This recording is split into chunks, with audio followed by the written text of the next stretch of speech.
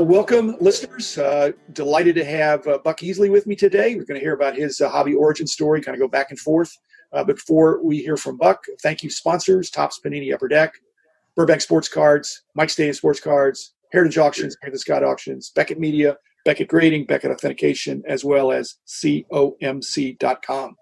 Buck, you're a veteran collector. I know you love vintage cards, but I'm interested in hearing your story. We're sheltered at home. We're not far away, but I was so much hoping to be able to do this in person, but this is the next best thing. So welcome to the Zoom show of Sports Card Insights here. Well, Jim, thank you for having me. I appreciate it, and I'm honored. I've got a couple of buddies that I have dinner with on Wednesday nights, and I was joking with them. I said, yeah, I'm going to be on Dr. Beckett's podcast, and they said, well, he's going to do like 1,000 of these, right? And I said, yeah, I think so. And they said, what is he on episode 999? He's running out of interesting guests to get 1,000 points of light, Buck. You're one of them. Yeah, so no, actually, there's we're going to talk a little bit about your career, although we may do that another time. But you had a tax consulting business, which I find interesting, and we probably have some overlap in our collecting interests. And you actually originally kind of responded, perhaps through Rich, when I was talking about other kind of opportunities in the industry that some of the sponsors were looking to hire, but they're not necessarily looking to hire people like me. And I don't know that they're necessarily looking to hire people like you. You have, you're well into a career with a business now that you've sold, but you've got a lot of skills, and be interesting to kind of bat that around. So give context to our readers of how you got started collecting, what you collect, and some of that, and then we'll move into what your future might look like. Yeah, no. So my dad worked for the Department of Agriculture here in Texas, and he, with his job, we moved around quite a bit growing up. I think one time we moved 7 times in 6 years. I was always the new kid in school, and a lot of times I didn't know who my friends were going to be when the new school year started. And so one of the things that was a consistency in my life, early growing up was the Dallas Cowboys, because I knew Tom Landry was going to be there, and Bob Lilly, and, a lot of those great players. And so when I had my moments growing up there's nothing very stable, in my life because we're moving all the times, I gravitated, I think a lot towards Coach Landry and the Cowboys in football, and just became very interested in them. And of course I was lucky enough to follow them through some of the real golden years. You bet. Yeah. What about collecting? When did you get started with any collecting interest? I don't know how it actually happened, Jim, but my first recollections of opening cards were packs of 1971 Topps, which the black borders are still, one of my favorites. And I'm actually still messing around with that set, trying to improve on it. So good luck on that. But, Rich and I think we're going to do a 71 Topps episode, just because it's coming on. What would that be? The 50th.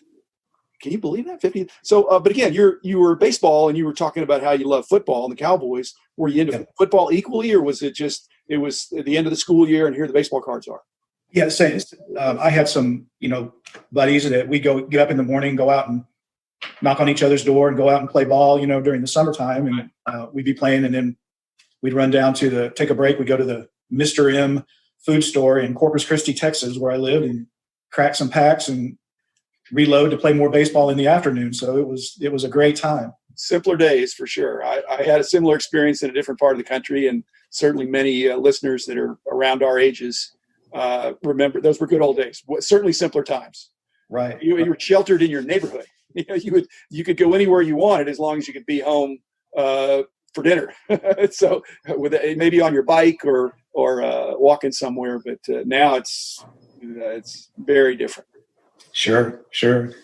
But no, I collected pretty hard, baseball and football, from probably 71 through about 76. And interesting story is our family had a little farm out in West Texas, and we would go out there for family gatherings and everything. And my brother and I would be somewhat bored out of our gourds, and because it was kind of in the middle of nowhere. And my dad would take us to town. He said, we'll get you some packs or something to occupy your time. So we would get some packs and open them up, and we'd look at them and have fun with it and everything. But my dad wore, and he's still with us, and he wears cowboy boots.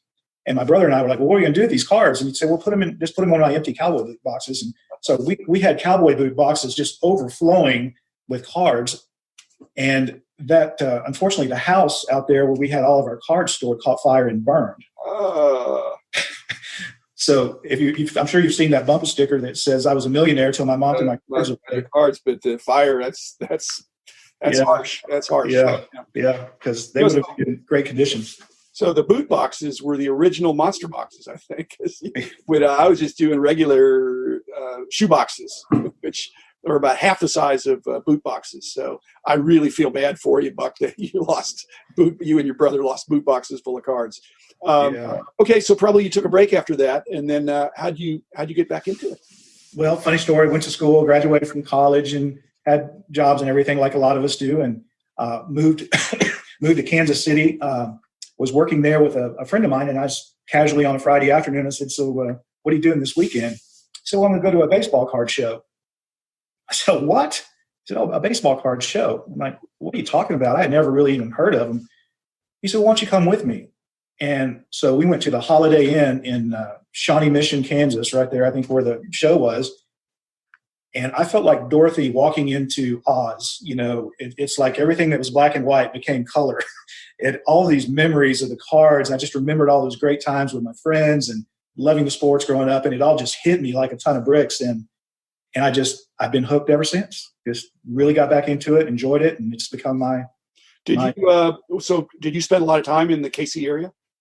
A couple, 3 years. Years. I think one of my episodes I went to that show, but it would have been probably before. You're probably talking about in the 80s or 90s. And I was there in the late 70s and got one of my really outstanding buys there. That Jim Compton and John Malin were the promoters at that time in the Kansas City area. And it was kind of an annual show, but good memories. Okay, so you're in KC, and then you move down here to the Dallas area? Yeah, so I actually got in my work when I first got out of college. I was a business analyst with Dun & Bradstreet. So my job was to run all these variables, financials, and payment histories, and all these things to come up with a Dun & Bradstreet credit rating, for a company, which gave me a great appreciation for what graders must go through when they're getting a card, because no guy ever calls you and says, "Hey, man, you graded me too high." That just never happens.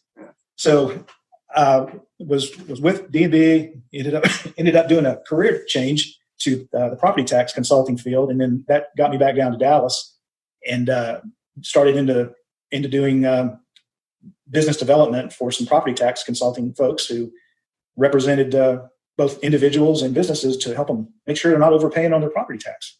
And okay. I want to do another separate episode with you, Buck, on just kind of the property taxes. I think there's some parallels with sports card appraising and valuation. I think that'd be fun for listeners. But let's save that for another treatment. So what are you interested in collecting right now? I mean, what are your current collecting interests? One of the things that survived my childhood was I have a poster from the 1972 Super Bowl VI Cowboys.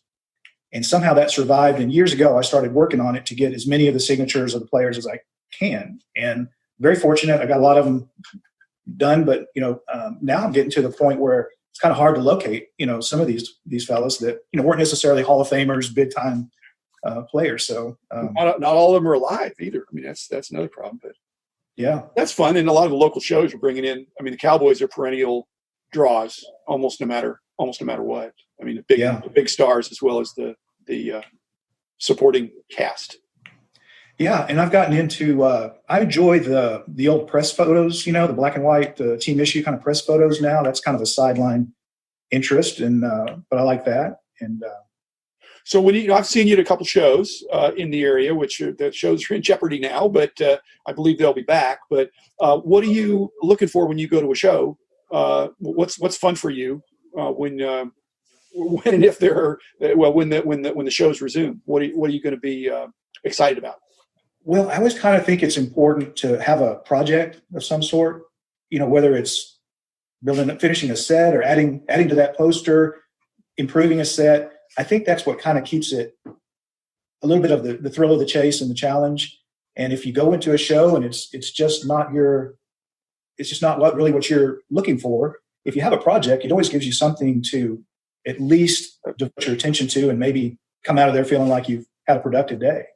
Well, you sound focused. I mean, I've joked about how when I go to a show, I try not to be focused so that I can, explore and just maybe see something fresh or new. But it sounds like you're more focused. You're going to the show and you're kind of have some things in mind that you'd like to acquire. Or is that true?